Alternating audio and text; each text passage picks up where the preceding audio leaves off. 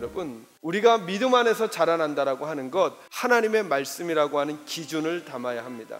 하나님의 자녀답게 자라나길 원하는 성도들은 꼭 하나님의 말씀을 읽고 듣고 배우고 묵상하고 그리고 암송하시는 훈련들을 꼭 하셔야 됩니다. 그것이 지난주 말씀이었고요. 오늘은 두 번째로 우리가 예수님을 닮은 사람으로 자라나게 하는 하나님이 쓰시는 아주 중요한 도구 한 가지를 다루려고 합니다. 여러분 67절과 71절을 잘 보시기 바랍니다. 67절 말씀에 내가 고난당하기 전에는 어떻게 행했다 그럽니까? 그릇 행하였다, 일그러지게 행했다. 그 다음에 말씀이 뭡니까? 이제는 무엇을 지키게 되었다고요? 주의 말씀을. 그러니까 전에는 그렇게 왜곡된 삶을 살았는데 이제는 멋진 그림으로 산다라고 하는 것입니다. 그 중간에 뭐가 있었어요? 고난이 있었다라고 하는 것입니다. 내가 고난을 당하기 전에는 일그러지게 살았었고 하나님의 말씀을 따르지 않았었는데 고난을 당하고 나서 그 다음부터는 하나님의 말씀을 지키게 되었다라고 하는 것입니다.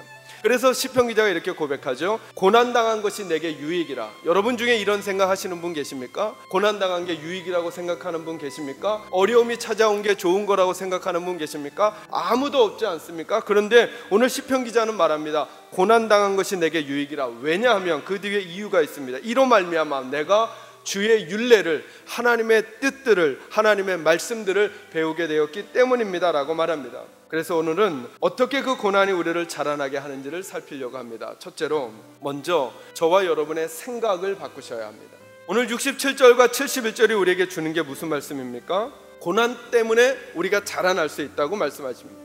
그래서 71절은 도리어 고난당한 게 내게 유익이라고 말합니다. 여러분, 행동을 바꾸기 전에 먼저 생각을 바꾸셔야 합니다. 오늘 본문에서는 고난과 관련해서 우리의 생각을 먼저 바꿔야만 우리가 자라날 수 있다는 것입니다. 어떻게 생각을 바꾸는 것일까요? 고난이 우리를 자라나게 할 것이라는 것입니다. 믿음이라고 하는 것은 내 생각을 끄집어내고 하나님의 것을 넣는 것입니다. 고난에 대한 내 생각 끄집어내고 하나님의 생각을 넣어야 됩니다. 이 생각을 바꾸는 것이 중요합니다. 두 번째로 고난이 우리에게 유익이 되는 이유가 있습니다. 나의 본질을 보게 합니다. 내가 자라나려면 내가 누구인지를 알아야 합니다. 내가 어느 정도 수준인지를 바르게 이해해야 합니다. 고난을 당하고 문제가 왔을 때 드러난 우리들의 연약함, 그 본질을 붙드십시오. 그리고 괜찮은 사람인 것 같은 우리의 모습이 아니라 실제 그 모습, 연약한 우리들을 하나님 앞에 내어드리고 하나님, 저를 빚어주십시오. 제게서 하나님의 집을 지어가 주십시오. 내 마음에 예수님의 집을 멋지게 지어주십시오. 겸손히 엎드릴 줄 아는 지혜가 저와 여러분 모두에게 있기를 주님의 이름으로 축원합니다. 세 번째로는 고난은 우리의 실력을 평가하게 하고 실력을 쌓아갈 기회가 됩니다. 저와 여러분의 삶에 고난이라는 시험이 있으니까 그때 우리가 그 고난을 통해 하나님 앞에 우리의 수준을 보이고 그리고 우리의 믿음을 공부하려고 어떤 것이 하나님께서 원하시는 길인지를 찾아가려고 발버둥을 치면서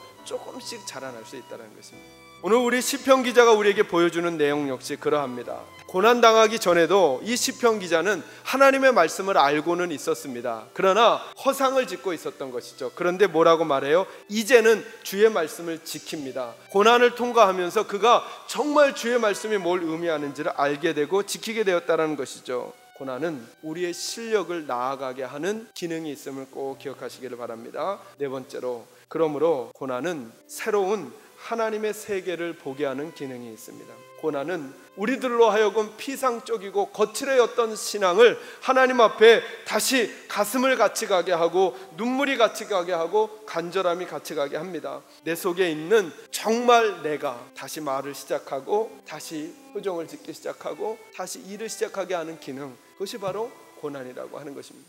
여러분, 고난을 당하는 우리들을 하나님이 바라보고 계시고 그 시간들을 통해 우리들을 자라나게 하실 줄로 믿으시기를 주의 이름으로 축원합니다. 마지막으로 여러분에게 하나님의 위로의 말씀을 드리려고 합니다. 여러분이 잘 아시는 로마서 8장 28절에서 29절 말씀, 하나님을 사랑하는 자, 그의 뜻대로 부르심을 입은 자들에게는 모든 것이 뭐해서요? 합력하여 뭘 이루어낸다고요? 선을 이루어낸다. 저는 이 말씀이 너무나 좋은 이유가 뭐냐면 그 모든 것에는 우리의 학력, 우리들의 죄, 우리들의 실수, 우리들의 아픔, 우리들의 연약함 다 들어갑니다.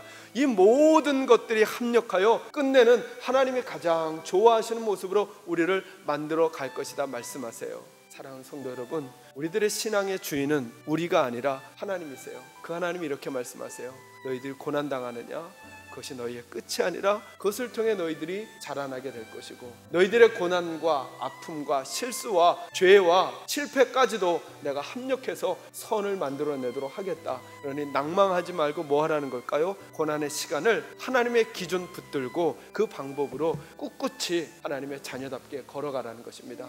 지지 마십시오. 넘어지지 마십시오. 그리고 포기하지 마십시오. 하나님은 우리로 하여금 시험 당할 즈음에 또한 피할 길을 내사 우리로 능히 감당하게 하시고 승리를 가져다 주실 것입니다. 이 하나님의 은혜가 여러분에게 함께 하시기를 주님의 이름으로 축원합니다. 기도하겠습니다.